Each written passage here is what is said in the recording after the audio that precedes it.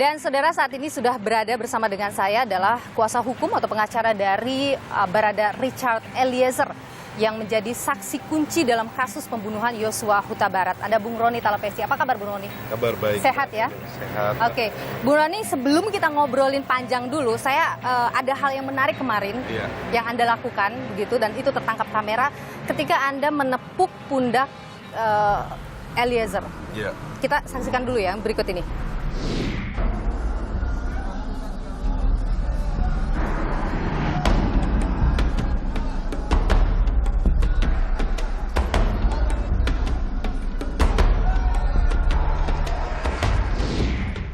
Kenapa itu? Ya Mbak Nilu, kan situasinya bukan situasi yang gampang ya. Ketika saya mendampingi, saya melihat bahwa memang ada ketakutan. Ketakutan seperti apa? Berhadapan dengan Sambo? Ya, dia sampaikan bahwa memang dia harus mempersiapkan mental ya. Oke. Untuk menghadapi Sambo? Untuk menghadapi proses ini persidangan. Menghadapi persidangannya atau menghadapi Verdi Sambo? Menghadapi bekas atasannya ya, pimpinannya. Artinya masih ada rasa takut dengan Verdi Sambo? Rasa kekhawatiran seperti itu. Kalau misalnya masih ada rasa seperti itu, bagaimana kemudian Eliezer akan mampu memberikan keterangan yang objektif yang sebenar-benarnya, Bu Roni? Selama proses ini kan kita coba meyakinkan saudara Baradae ini untuk tetap konsisten karena beliau merupakan saksi kunci atau saksi mahkota yang sangat diperlukan dalam proses ini. Saya melihat bahwa konsisten ini kan semakin hari semakin baik karena kita terus pantau dan kita terus dampingi. Nah, ada dari psikolog juga ikut mendampingi, kemudian ada rohaniawan yang ikut mendampingi, kemudian juga pun ada dari LPSK ya. Jadi supaya Baradae ini siap gitu secara mental untuk menghadapi persidangan. Apakah Anda yakin ia mampu menghadapi Verdi Sambo di persidangan? Dan posisinya kan bukan dalam posisi mendukung Verdi Sambo, nanti akan bertolak belakang dengan Verdi Sambo. Bagaimana nanti Anda sebagai kuasa hukum akan bisa membuktikan satu keterangan dengan 4 keterangan berhadapan? Iya, kan yang kalau kita tahu ya, ada keterangan dari saudara Efes yang menyampaikan hajar, bukan tembak. Nah, ini yang berkembang di publik. Yang hajar itu yang di? Yang di Rumah Duren 3. Rumah Duren 3. Harus kita pahami dulu nih, rangkaian dari Magelang, Saguling, sama Duren 3. Jadi kan ada fakta yang menyampaikan bahwa dari pihak sebelah sana, bahwa mereka bilang, woi hajar, bukan woi tembak. Tetapi di sini kan tidak bisa hanya keterangan hanya satu lokasi saja. Ada keterangan juga yang dari tempat yang lainnya, dari Saguling. Nah, hal-hal seperti itu nanti kita akan cocokkan dengan alat bukti yang lainnya. Kemudian ada juga yang disampaikan juga bahwa tidak ada yang melihat saudara Efes menembak. Jadi ini seolah-olah bahwa yang menembak semuanya itu adalah saudara Richard Eliezer. Tetapi ini nanti kita akan buktikan di pengadilan karena ada alat bukti yang lainnya.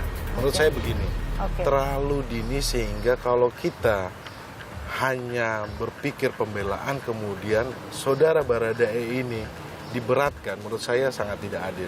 Dan kita juga harus tahu bahwa Baradae ini merupakan saksi kunci yang sampai saat ini didampingi oleh LPSK. Menurut Undang-Undang Nomor 10 Tahun 2014 tentang Pelindungan Saksi dan Korban, itu sudah diatur sangat jelas. Bahwa saksi mahkota itu merupakan saksi yang sangat penting. Nah, di sini klien saya sangat kooperatif. Dia menunjukkan bahwa dia menyatakan kebenaran.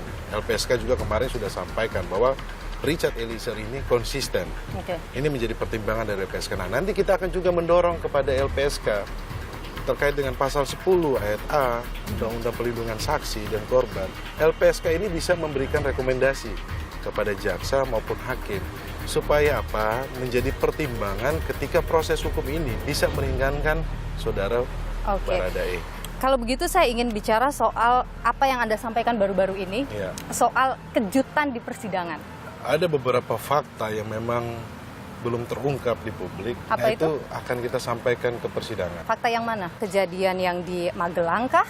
kemudian kejadian Saguling kah atau Saya kejadian belum Duren bisa 3? sampaikan. Kalau saya sampaikan ini merupakan bahan pembelaan saya di pengadilan. Tapi sudah ada gambarannya tentu. Sudah ada gambaran. Fakta itu adalah fakta kejadian Iya.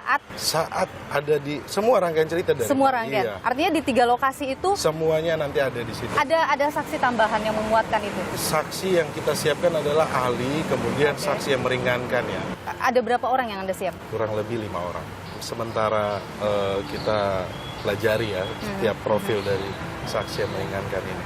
Karena ini menjadi satu kesatuan dari asesmen dari psikolog yang kita sudah siapkan dari tim penasihat hukum. Kenapa profil anak ini seperti apa dari kecil? Oke. Saya kasih sampaikan sedikit ya, bahwa anak ini tipikalnya anak yang penurut. Keluarganya, ibunya, bapaknya, dan dia itu hangat. Mereka dari keluarga yang tidak mampu.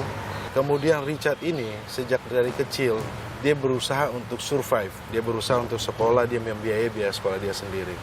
Kemudian ketika dia lulus, dia coba masuk ke polisi. Sampai yang keempat baru bisa masuk karena umurnya ini umurnya sudah lewat, sudah terakhir diambillah Tantama, Brimob. Kemudian dia ini menjadi lulusan nomor 1 loh di Sulawesi Utara. Kemudian anak ini mempunyai jiwa sosial yang tinggi. Nanti kita akan menunjukkan kepada majelis hakim bahwa profil tentang Baradae ini seperti apa. Sehingga ketika dia melakukan penembakan itu dia berdasarkan perintah. Jadi yang Anda harapkan sebagai kuasa hukum adalah Richard Eliezer terbebas dari semua tuntutan?